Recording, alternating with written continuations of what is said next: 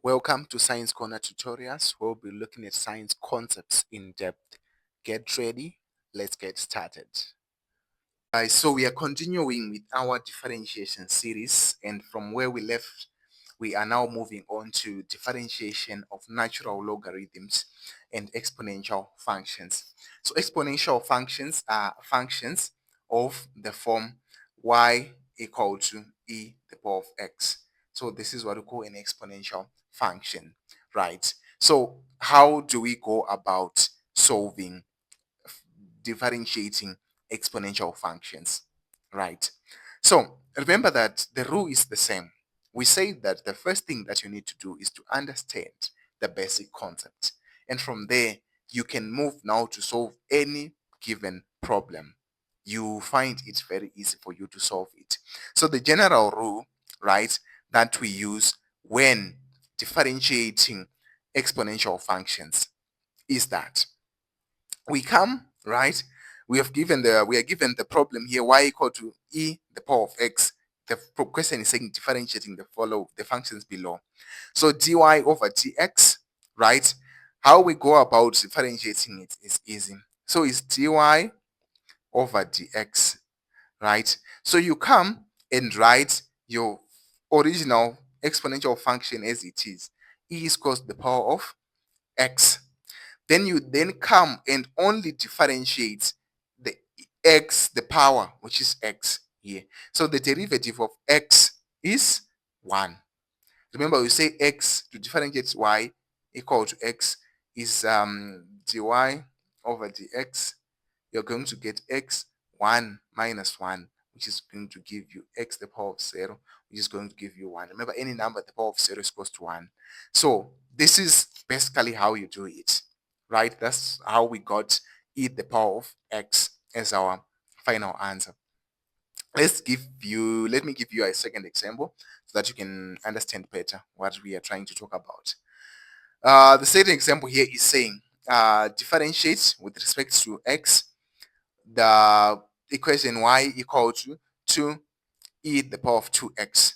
So dy over dx. You're going to take your right hand side equation as it is, just write it as it is, to the power of e 2x. So you've written it as it is. So that's what we've done here.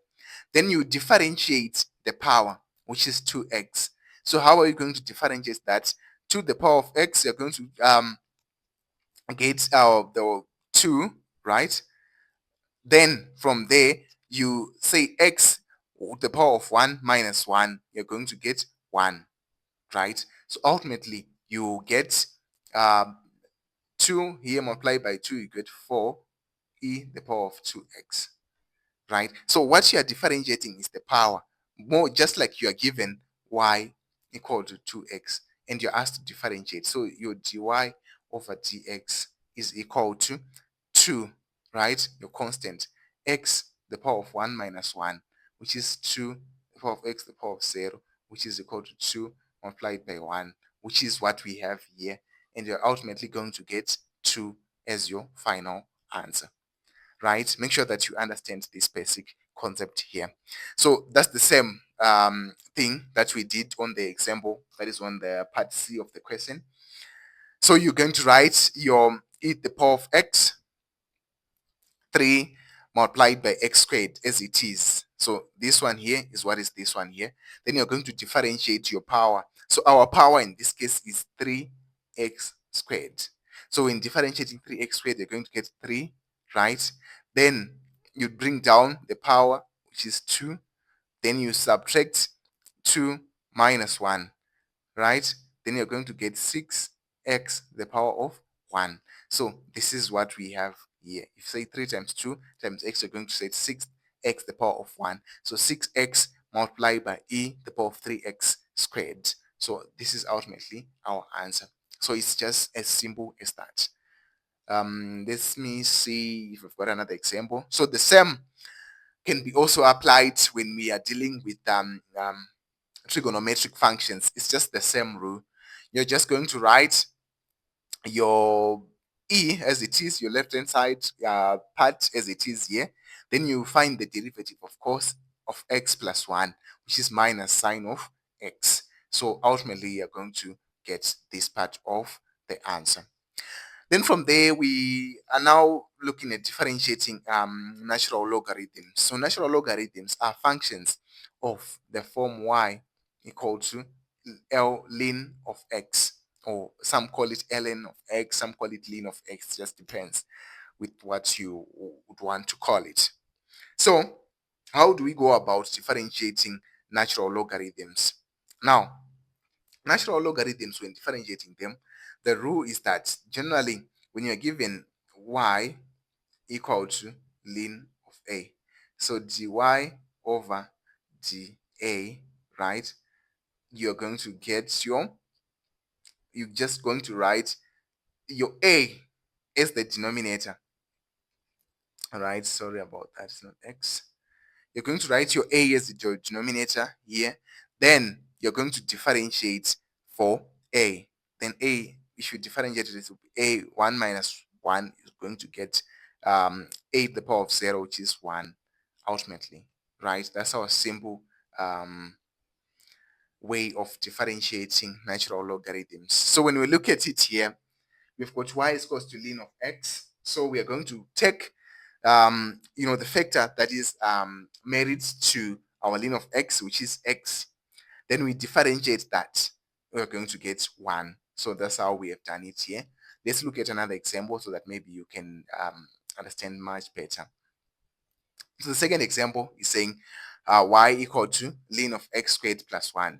So we said we take the factor that is attached or that is married to our ln. So which is x squared plus 1. We make it our denominator as we've done here. Then from there, we differentiate this one.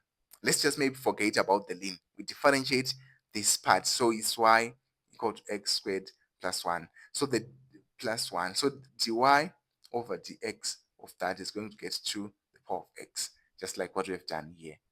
So it might also be applied when solving trigonometric functions. It's just the same rule. So you come here, right? We've got y is equals to ln of cos x plus pi. Then from there, you're going to say cos x plus pi. You write it on your denominator.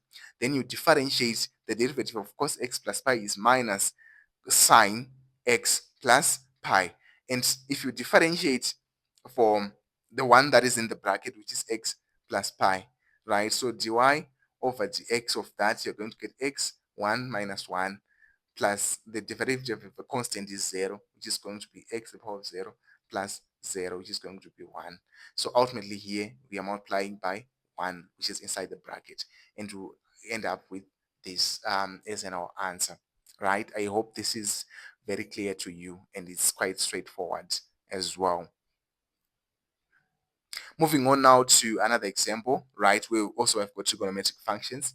We've got ln of cot 2x plus 1. It's just the same. We just have to know what is the derivative. So it's cot 2x plus 1, which is what we have written here. Then the derivative of cot is minus cos x squared. Then we define 2x plus 1, right, as it is. Then the derivative of 2x plus 1, we're going to get 2. And ultimately, we will arrive at this one here as our final answer, right? So that's pretty much it. Thank you so much, guys, for listening.